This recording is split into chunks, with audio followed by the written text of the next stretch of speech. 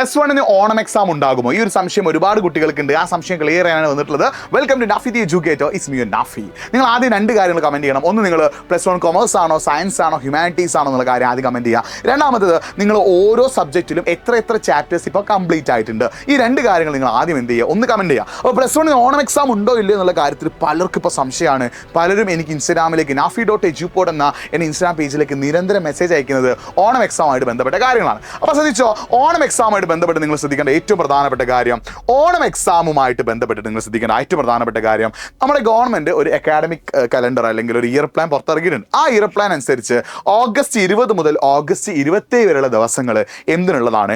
Onam exam നടത്താനുള്ളതാണ്. ഇത് higher സെക്കൻഡറിക്ക് Onam exam നടത്താനുള്ളതാട്ടോ. ഈ higher secondary പറഞ്ഞാൽ ആരൊക്കെ വിടും? +1 ഉണ്ട്, +2 ഉണ്ട്. അപ്പോൾ +1 +2 ഈ രണ്ട് ക്ലാസ്സിൽപ്പെട്ട ആളുകൾക്കും എക്സാം നടത്താനുള്ള ഒരു സമയമാണ് ഇത്, ഓഗസ്റ്റ് 20 മുതൽ ഓഗസ്റ്റ് 27 വരെ. അപ്പോൾ ഈ ഓഗസ്റ്റ് 20 മുതൽ ഓഗസ്റ്റ് 27 വരെ എന്താണ്?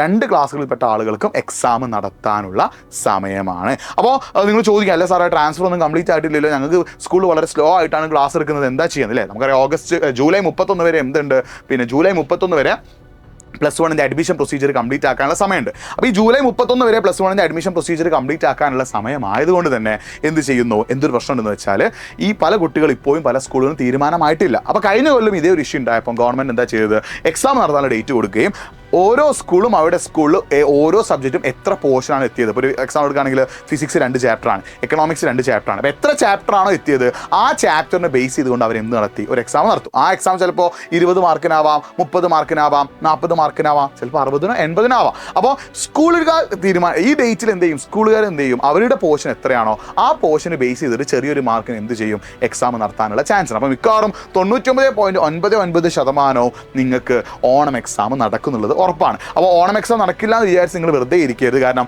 ഓഗസ്റ്റ് 20 മുതൽ ഓഗസ്റ്റ് 27 വരെയുള്ള ദിവസങ്ങളിൽ നിങ്ങൾക്ക് ഓണം എക്സാം നടക്കാനുള്ള ചാൻസ് ഉണ്ട്. നിങ്ങൾ ചെയ്യേണ്ട പരിപാടി എന്താ, ഓണം എക്സാമിന് സീരിയസ് ആയിട്ട് തന്നെ കാണണം. ചിലപ്പോൾ 20 മാർക്കിൻ്റെ എക്സാം ആയിരിക്കും, ചിലപ്പോൾ 30 മാർക്കിൻ്റെ എക്സാം ആയിരിക്കും, ചിലപ്പോൾ 40 മാർക്കിൻ്റെ എക്സാം ആയിരിക്കും. എത്ര മാർക്കിൻ്റെ എക്സാം ആണെങ്കിലും നിങ്ങൾ എഴുതാൻ പോകുന്ന +1 ആദ്യത്തെ എക്സാമാണ്. +1 ആദ്യത്തെ എക്സാം ആയതുകൊണ്ട് തന്നെ, +1 ഒന്നാമത്തെ എക്സാം ആയതുകൊണ്ട് തന്നെ അതിന് നിങ്ങൾ സീരിയസ് ആയിട്ട് കാണണം. സീരിയസ് ആയിട്ട് കണ്ടുകൊണ്ട് വേണം നിങ്ങൾ എന്ത് ചെയ്യാൻ, ഓണം എക്സാം എഴുതാൻ. കാരണം +1 10ാം ക്ലാസ്സിനേക്കാൾ അപേക്ഷിച്ച് നോക്കുമ്പോൾ പുതിയ ക്വസ്റ്റ്യൻ പാറ്റേൺ ആണ്, പുതിയ ക്വസ്റ്റ്യൻ ലെവലാണ്, പുതിയ ക്വസ്റ്റ്യൻ ടൈപ്പാണ്. അതൊക്കെ മനസ്സിലാക്കാൻ, കണ്ടന്റ് ലെവൽ മനസ്സിലാക്കാൻ നിങ്ങളെ ഒരു സെൽഫ് അസസ്മെന്റിന് കൂടിയിട്ടുള്ള ഒരു എക്സാമാണ് എന്ത്, ഈ ഒരു +1 ഓണം എക്സാം എന്ന് പറയുന്നത്. അപ്പോൾ ഓണം എക്സാം മിക്കവാറും ഈ ഒരു ഡേറ്റ് നടക്കും. അത് എത്ര മാർക്കാനുള്ളതും എങ്ങനെയാണെന്നുള്ളതൊക്കെ സ്കൂളുകാരായിരിക്കും മിക്കവാറും തീരുമാനിക്കുക. ചിലപ്പോൾ ഗവൺമെൻറ് തന്നെ ഒരു ഓർഡർ ഇറക്കിയിട്ട് സെൻട്രലൈസ്ഡ് ആയിട്ട് എക്സാം നടത്താനും എന്തുണ്ട്, ചാൻസ് ഉണ്ട് എന്നുള്ളൊരു കാര്യം കൂടി നിങ്ങൾ എന്ത് ചെയ്യുക, മനസ്സിലാക്കി വെക്കുക. അപ്പോൾ ഇത്ര അപ്ഡേറ്റിനായിട്ട് നാഫി ദി എഡ്യൂക്കേറ്റർ എന്ന എൻ്റെ യൂട്യൂബ് ചാനൽ സബ്സ്ക്രൈബ് ചെയ്തോ. എന്തെങ്കിലുമൊക്കെ ഡൗട്ട് ഉണ്ടെങ്കിൽ nafi.edupod എന്ന ഇൻസ്റ്റാഗ്രാം പേജിലേക്ക് ഒന്ന് മെസ്സേജ് അയച്ചോ. മാക്സിമം ഫ്രണ്ട്സിലേക്ക് ഈ ഒരു വീഡിയോ ലിങ്ക് അയച്ചു കൊടുക്കുക.